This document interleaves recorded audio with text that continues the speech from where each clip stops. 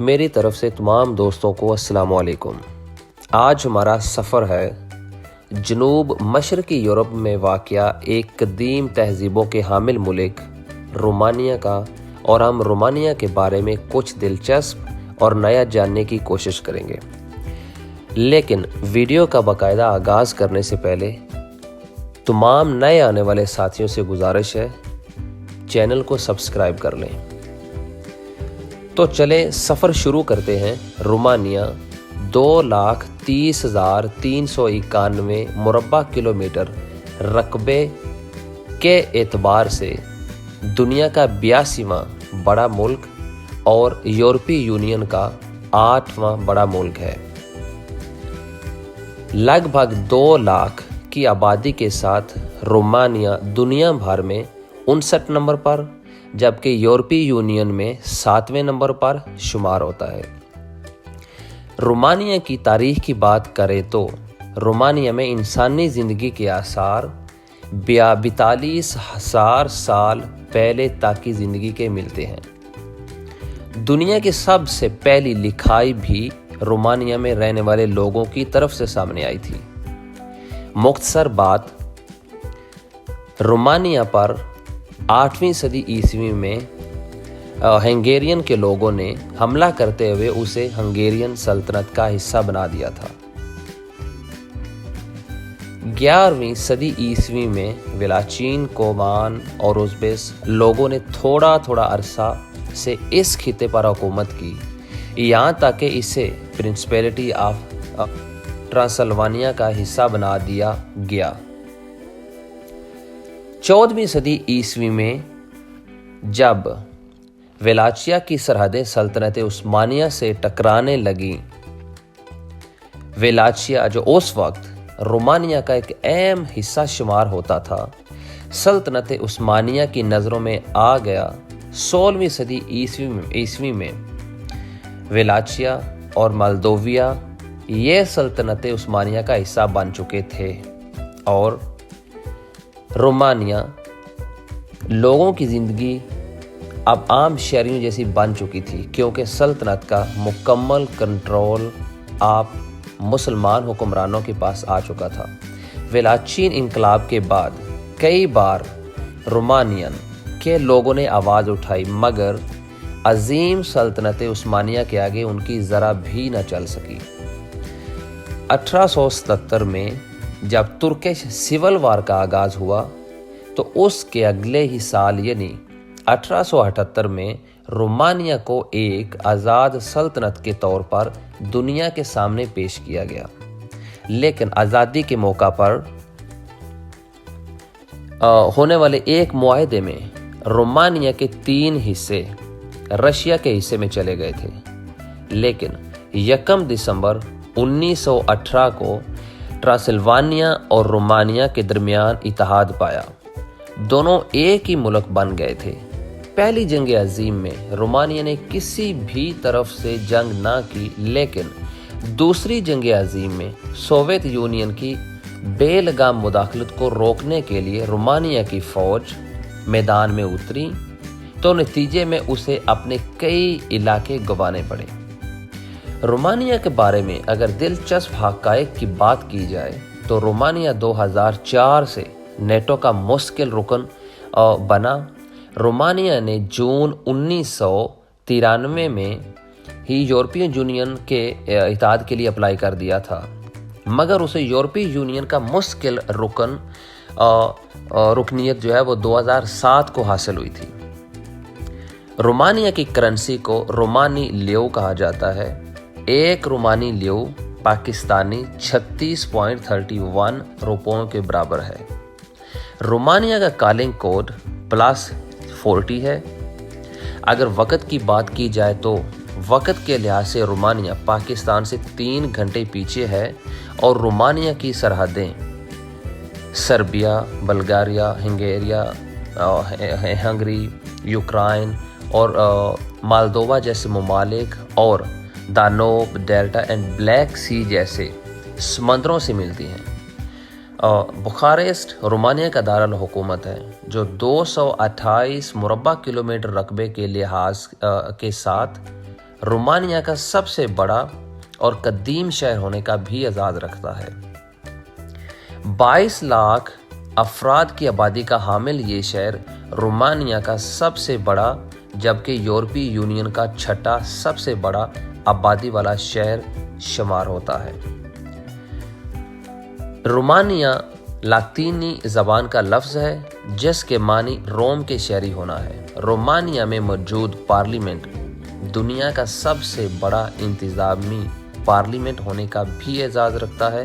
یہاں پر حرارت اور روشنی کو پیدا کرنے والی لائٹ کا سال بھر کا خرچہ 60 لاکھ امریکی ڈالر آتا ہے، جو کسی بھی درمیانے شہر کے خرچے سے کہیں زیادہ ہے۔ بلوت رومانیہ سمیت 12 دیگر ممالک کا قومی درخت ہے۔ رومانیہ جادوگری کو ایک پیشے کے طور پر استعمال کرتا ہے۔ کالا جادو اور جادوگری پر رومانیہ حکومت کی جانب سے دیگر اشیاء کی طرح ٹیکس عائد ہے۔ اگر آپ کے ذہن میں یہ خیال ہے کہ تمام ممالک کے جھنڈے ایک دوسرے سے مختلف ہیں تو یہ خیال اپنے ذہن سے نکال دیں، کیونکہ رومانیہ اور چاڈ کا جھنڈا ایک جیسا ہی ہے۔ 1941 میں رومانیہ کی فوجوں نے 50,000 سے زیادہ یہودیوں کو موت کے گھاٹ اتار دیا تھا، جسے آج دنیا اوڈیسا قتل کے نام سے جانتی ہے۔ رومانیہ زراعت کے قابل ایک بڑا اہم ملک ہے۔ رومانیہ نے اپنے خام ملکی پیداوار کو 350 بلین امریکی ڈالر میں تبدیل کر لیا ہے۔ رومانیہ خوشحال ملک ہے۔ رومانیہ میں فی کس مجموعی آمدنی 17,000 امریکی ڈالر سے بھی تجاوز کر چکی ہے۔ رومانیہ میں 3 سے 6 سال کی عمر میں بچے کو اسکول بھیجا جاتا ہے۔ ہائی اسکول کا دورانیہ 16 سال کا ہے، جن میں سے 11 سال تعلیم ہر کسی کے لیے لازم ہے۔ پہلی کلاس سے پہلے کے 3 سال اور 10ویں کلاس کے بعد کے 2 سال اپنی مرضی سے کوئی لگانا چاہے تو کوئی حرج نہیں ہے۔ تعلیم کی طرف پچھلے 20 سالوں سے کافی توجہ دی جا رہی تھی۔ یہی وجہ ہے کہ رومانیہ میں تعلیم کی شرح 99.1% تک پہنچ چکی ہے۔ رومانیہ کا 1/4 حصہ جنگلات سے گھرا ہوا ہے، جن میں جنگلی زندگی اپنی زندگی کا وجود برقرار رکھے ہوئے ہیں۔ ملک میں تقریباً 34,000 قسم کے مختلف جانور پائے جاتے ہیں۔ 6,000 سے زیادہ براؤن بیئر جو ریچھ ہیں وہ رومانیہ کی سرزمین میں ہی پائے جاتے ہیں۔ دریائے دانوب تجارت کے علاوہ سیاحوں کے لیے پرکشش مقام کی اہمیت رکھتا ہے۔ یہاں پر لوگ کشتی رانی کرتے ہوئے شام کے وقت ڈوبتے ہوئے سورج کے نظاروں سے لطف اندوز ہوتے ہیں۔ پچھلے کچھ سالوں سے سیاحت بھی پروان چڑھ رہی ہے۔ اس بات کا اندازہ آپ اس بات سے بھی لگا سکتے ہیں کہ رومانیہ کے رومانوی مقامات کو دیکھنے 2016 میں 1,02,000 سے زائد غیر ملکیوں نے رومانیہ کا سفر کیا تھا۔ سیاحوں اور زراعت کے علاوہ پیٹرولیم مصنوعات اور مائننگ انڈسٹری رومانیہ کی معیشت میں ایک اہم کردار ادا کر رہی ہے۔ ملکی آبادی کا زیادہ تر حصہ رومینین لوگوں کا ہے۔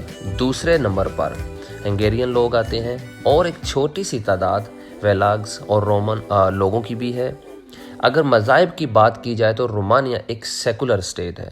ملک کا قومی کوئی بھی مذہب نہیں ہے، مگر ملکی آبادی کا 80% حصہ نسیت کے ایک فرقے کلیسیا سے تعلق رکھتی ہے۔ کلیسیا آرتھوڈاکس مسیحیت کے فرقے کیتھولک کے بعد دوسرا بڑا فرقہ ہے۔ کیتھولک فرقے کی تعداد رومانیہ میں 5% کے قریب ہے، جبکہ باقی دیگر مسیحی فرقوں سے تعلق رکھنے والے افراد ہیں۔ رومانیہ کی ایک بڑی آبادی زراعت کے شعبہ سے منسلک ہے۔ دیگر یورپی ممالک کے مقابلے میں رومانیہ میں ابھی تک انٹرنیٹ یوزرز کی وہ تعداد نہیں ہے جو دیگر یورپی ممالک میں ہے۔ رومانیہ کی 60% آبادی کو ہی ابھی تک انٹرنیٹ کا باقاعدہ استعمال کرنے کا حق ہے یا ان کو پتہ ہے۔ رومانیہ کو انتظامی لحاظ سے 41 مختلف حصوں میں تقسیم کیا گیا ہے۔ 319 شہروں اور 2686 کمیونٹیز میں مزید تقسیم کیا گیا ہے۔ ہر کمیونٹیز کی ایک اپنی کونسل بنائی گئی ہے جسے ایک ناظم کنٹرول کرتا ہے۔ رومانیہ کی قومی زبان ہے، جبکہ انگلش، فرانسیسی، اٹالین اور جرمن ایک بڑی تعداد میں بولی جانے والی دیگر زبانیں ہیں۔ ان کے علاوہ ایک چھوٹی سی تعداد ترکش، بلغیرین، سلوواک، رشین، سائبیرین اور یوکرائنی کا بھی استعمال کرتی ہے۔ رومانیہ میں مرنے کے بعد لوگوں کی قبروں کو بڑے اچھے انداز سے سجایا جاتا ہے۔ پتھر کو کاٹ کر بنایا جانے والا یورپ کا سب سے بڑا انسانی مجسمہ بھی رومانیہ میں ہی پایا جاتا ہے، جس سے دیکھنے ہر سال لاکھوں کروڑوں لوگ رومانیہ آتے ہیں۔ رومانیہ کی خوبصورت ساحلوں کے علاوہ رومانیہ کے ایسے مقامات جو میں آپ کو اس ویڈیو میں نہیں دکھا سکتا ہوں، تمام ممالک کی سیر سے فارغ ہو کر ایک نئی، جس میں میں آپ کو تمام ممالک کی ویزے کے بارے میں بتاؤں گا، اسی میں رومانیہ کے بارے میں رہ جانے والی ان تمام باتوں کا بھی ذکر کروں گا۔ آج کی یہ ویڈیو اگر آپ دوستوں کو پسند آئی ہو تو اس ویڈیو کو اپنے دوستوں کے ساتھ ضرور شیئر کریں اور لائک کا بٹن ضرور دبائیں تاکہ میری حوصلہ افزائی ہو سکے اور انشاءاللہ اچھی ویڈیوز آپ لوگوں کے لیے لے کے آؤں اور آپ لوگوں کو اچھے کنٹریز کی سیر کراؤں، جس میں پوری انفارمیشن دوں، ڈاکومنٹس کی لے کے، ویزے کی، اس کے بعد کام کی، اس کے بعد بزنس کی۔